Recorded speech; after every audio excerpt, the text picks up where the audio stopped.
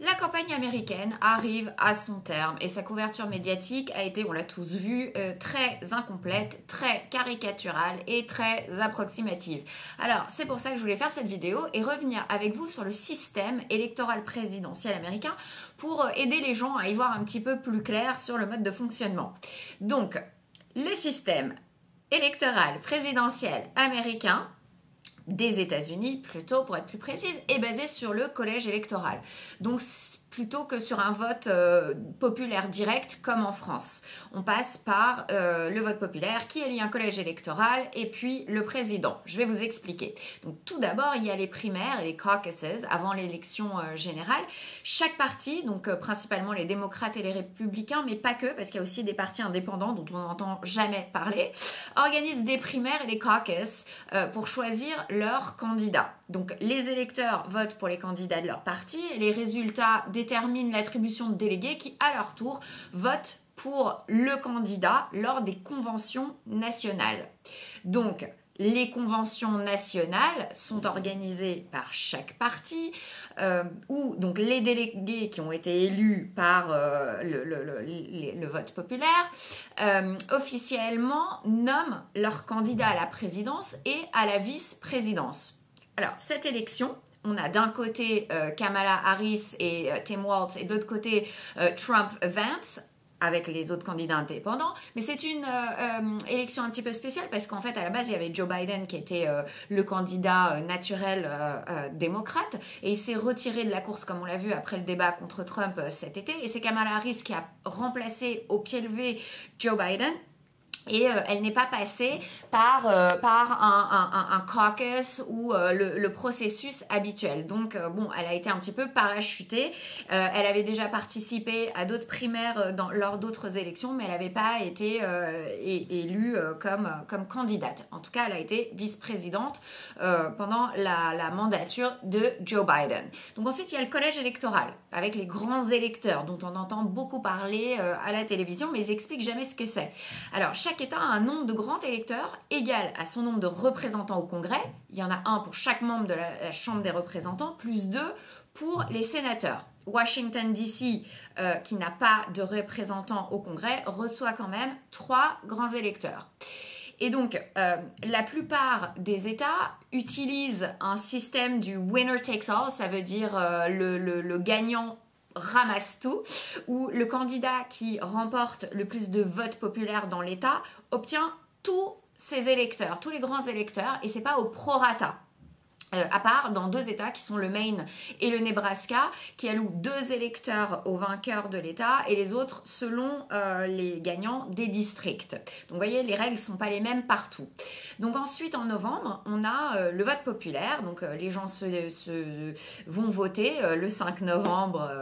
Voilà, les citoyens votent. Ils votent pour une liste de candidats au collège électoral qui ont tous juré de ensuite voter pour un candidat présidentiel spécifique.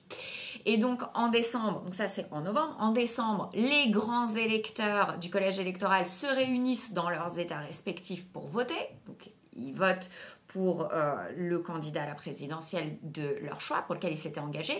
Et traditionnellement, voilà, ils votent pour celui qui a remporté le plus de votes populaires dans leur État. Mais dans certains États, ils ne sont pas légalement tenus de le faire. Mais bon, je pense qu'il vaut mieux pour eux qu'ils tiennent leurs promesses. Et donc, le Congrès compte et certifie le vote des électeurs. Et ça, c'est le 6 janvier. On se rappelle de la date du 6 janvier, qui est une date importante, dans l'après-midi, suivant l'élection en novembre, puis décembre, etc. Le candidat qui a 270 grands électeurs au moins sur 538 remporte évidemment la présidentielle.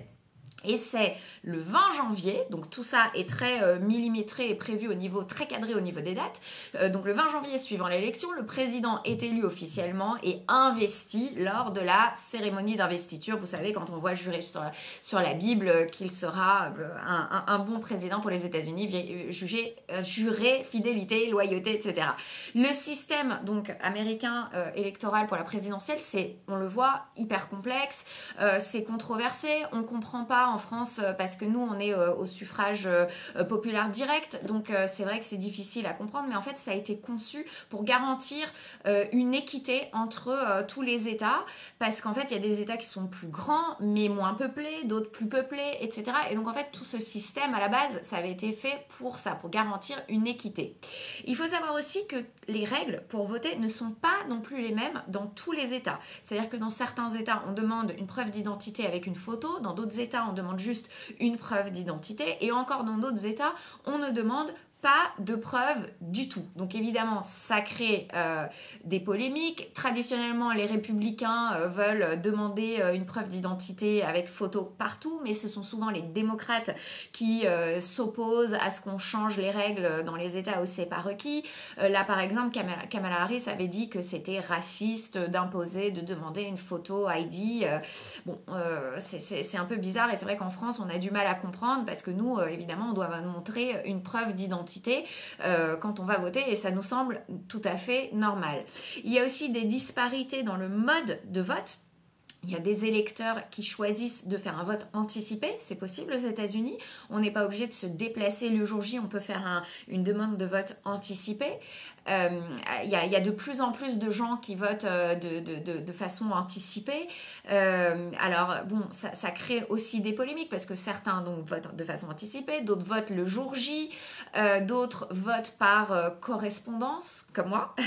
Donc les votes arrivent plus tard parce que par exemple, moi j'ai imprimé mon bulletin de vote, je l'ai rempli, c'est un QCM où on ne vote pas uniquement pour le président, mais on vote pour d'autres choses, on vote pour aussi des mesures qui sont à l'échelle de l'État, enfin donc c'est un grand papier, on coche des cases comme un QCM. Ensuite j'ai imprimé l'enveloppe qui est une enveloppe particulière pour le vote qui m'a été envoyé et donc j'ai renvoyé tout ça par la poste. Mais donc qu'est-ce qui se passe? Tous les gens qui votent comme moi par correspondance à l'étranger envoient leur bulletin et le bulletin n'arrive pas forcément le jour du vote où les gens se déplacent en personne. Donc tout ça fait qu'il y a une fenêtre pour le vote qui est assez large et donc pour le dépouillement c'est un petit peu complexe et ça crée des polémiques.